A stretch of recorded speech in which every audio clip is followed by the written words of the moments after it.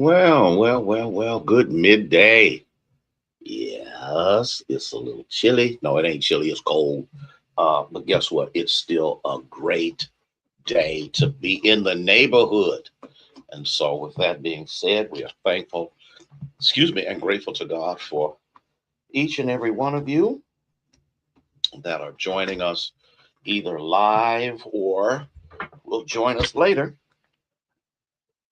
in this opportunity to be able to grow and to be everything that God would have us to be. And so we want to welcome each and every one of you. Hey, Kathy, how are you? Praying you're doing well, praying that you're staying warm. And we give God glory and praise. Smile, good to have you here with us on this great day. Okay. Glad you were able to be with us at this. I don't even know why I have this stuff in here. Um, And so we're thankful to God for you, one and all. And so we're grateful for you, Sharon. Good to have you, Thea. Wonderful to see you, Stephanie, Nancy.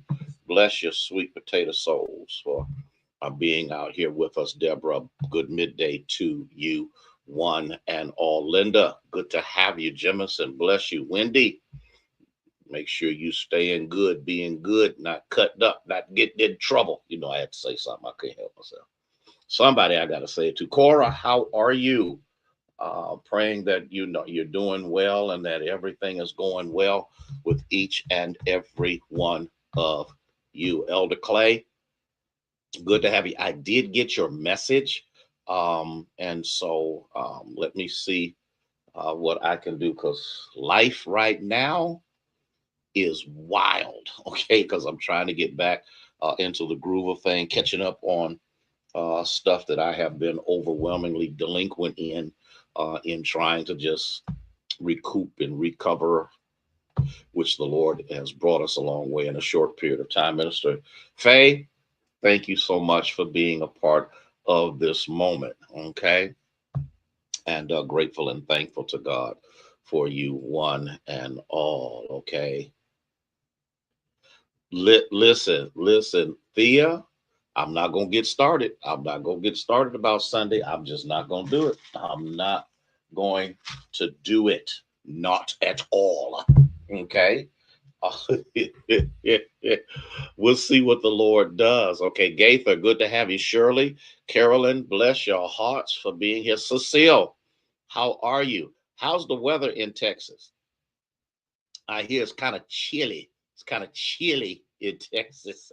Trinette, good to have you here as well.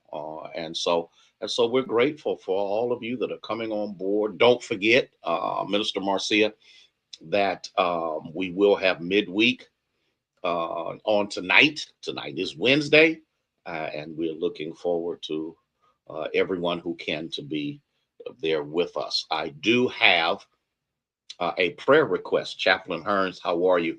I'm asking that you would pray for Pastor Rosie Taylor in the passing of her son, Amir. And so we definitely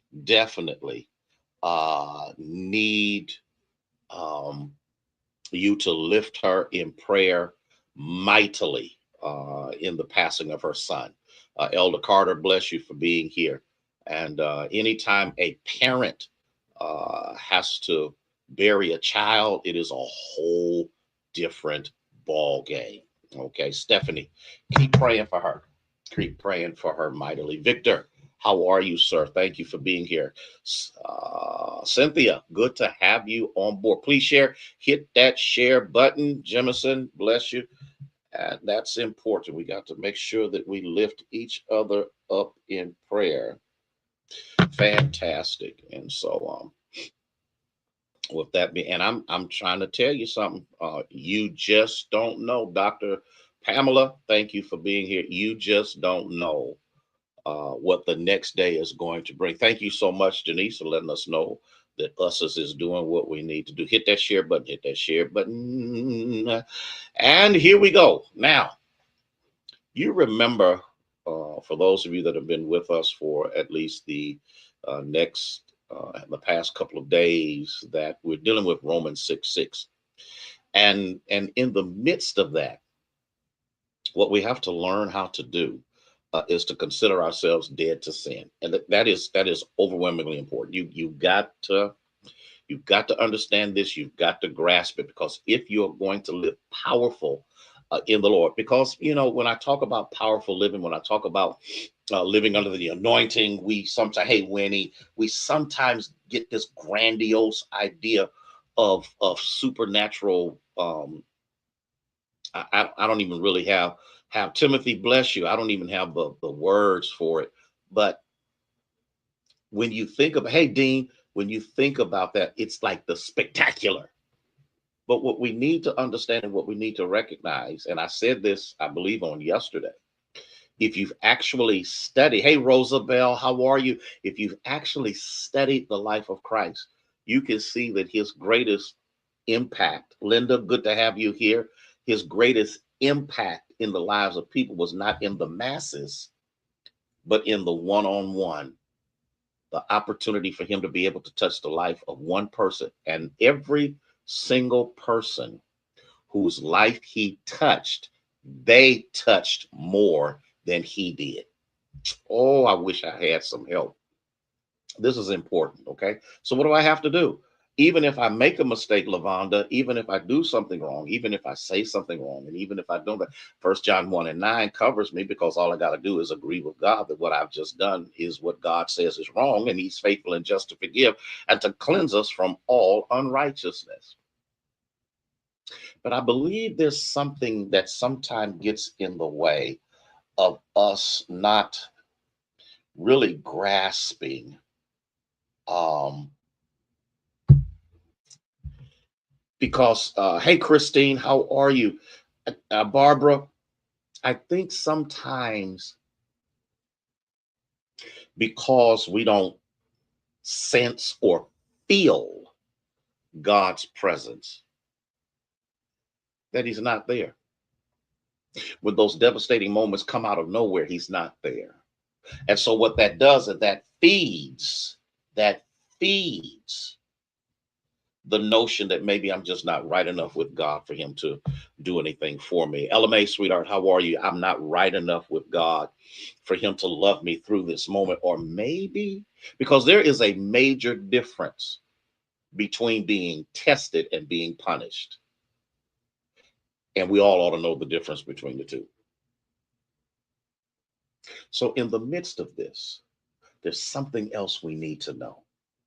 There's something else we need to grasp.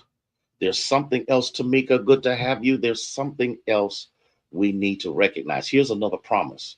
He will never forsake you. Oh my God. Why? Because he can't, because he's committed. Deuteronomy, chapter 31, verse 6 tells us, Pastor Good, how are you, my friend?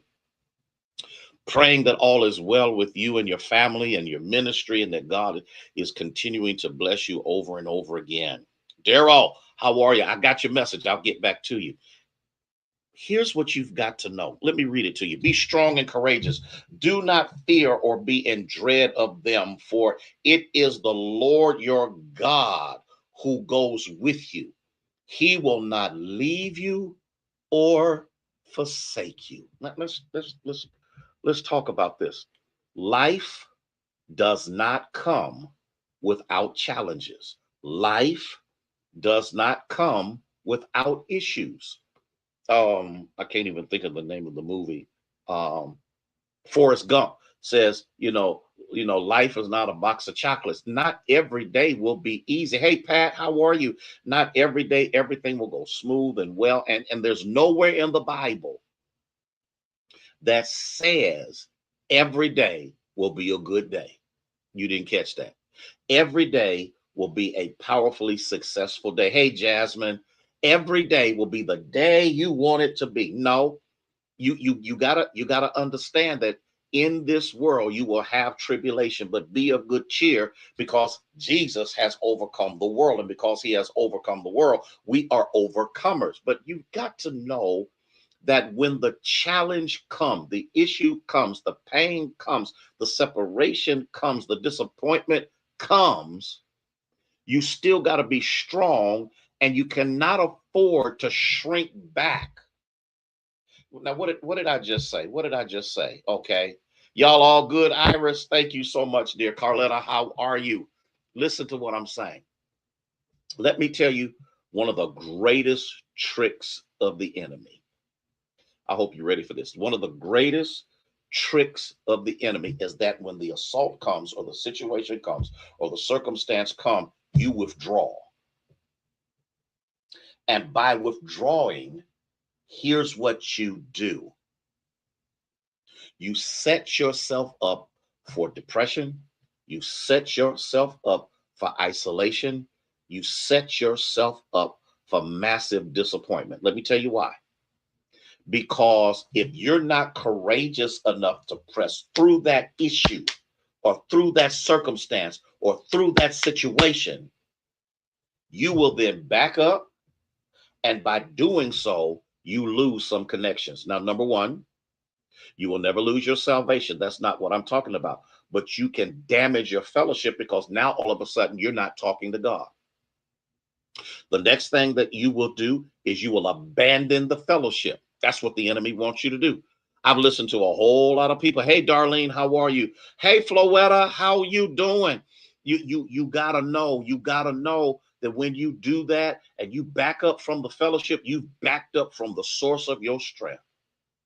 And I said it Sunday, and this has nothing to do with my cyber members at all, because I know my cyber members cannot be in the sanctuary. I got that. I get that. But when you have people, hey, Ann, that will sit back at home and be satisfied at home, the enemy is saying, and I'm not talking about if you're sick, I'm not talking about if you're disabled. I'm not talking about if you're a senior who, for the most part, cannot get out in the fellowship. That's not what I'm talking about, because I need you to understand something. There is a whole lot of stuff going on right now. The flu is at an epidemic proportion.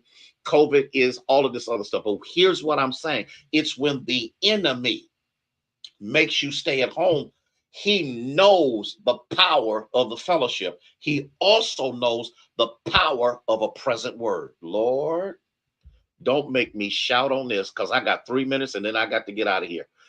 When you miss out on the touch, the interaction, the hello, the how you doing, the hug, it's good to see you, you don't even understand that the moments that those things take place, yokes are broken before the praise team or the choir or the musicians or the preach word goes forth.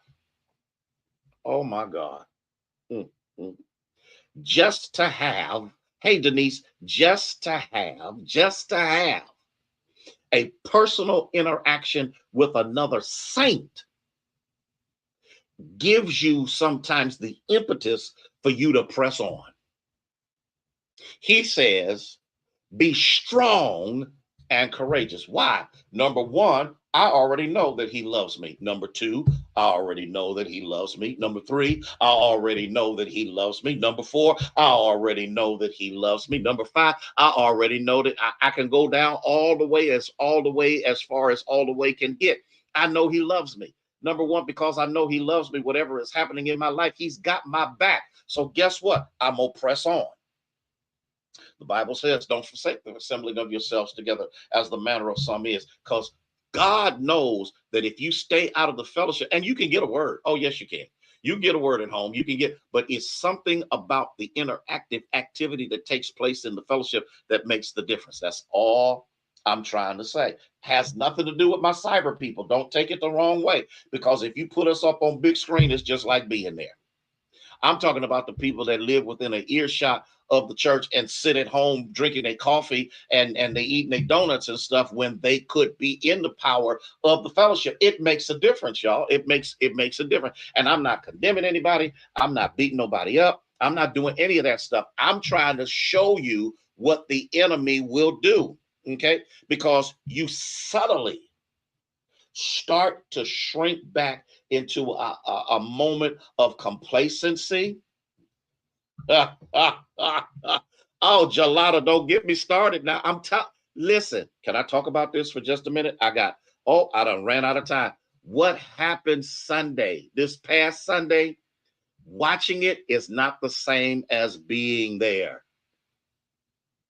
The anointing is just as powerful, but it is not as as as as as oh my God, I don't even have the word for it, like being in the presence of the saints while the presence of the Lord is going forth. I gotta go. I'll be back tomorrow because I want to talk about this just a little bit more. Pastor Good, thank you so much for being here with us on today. I bless God for each and every one of you that have been a part of this quick, fast snapshot. Okay. Listen, listen, listen. But guess what, Gelada? I said this one Sunday, and I want you to get this. I want you to get this. And this is for whoever else needs to get this.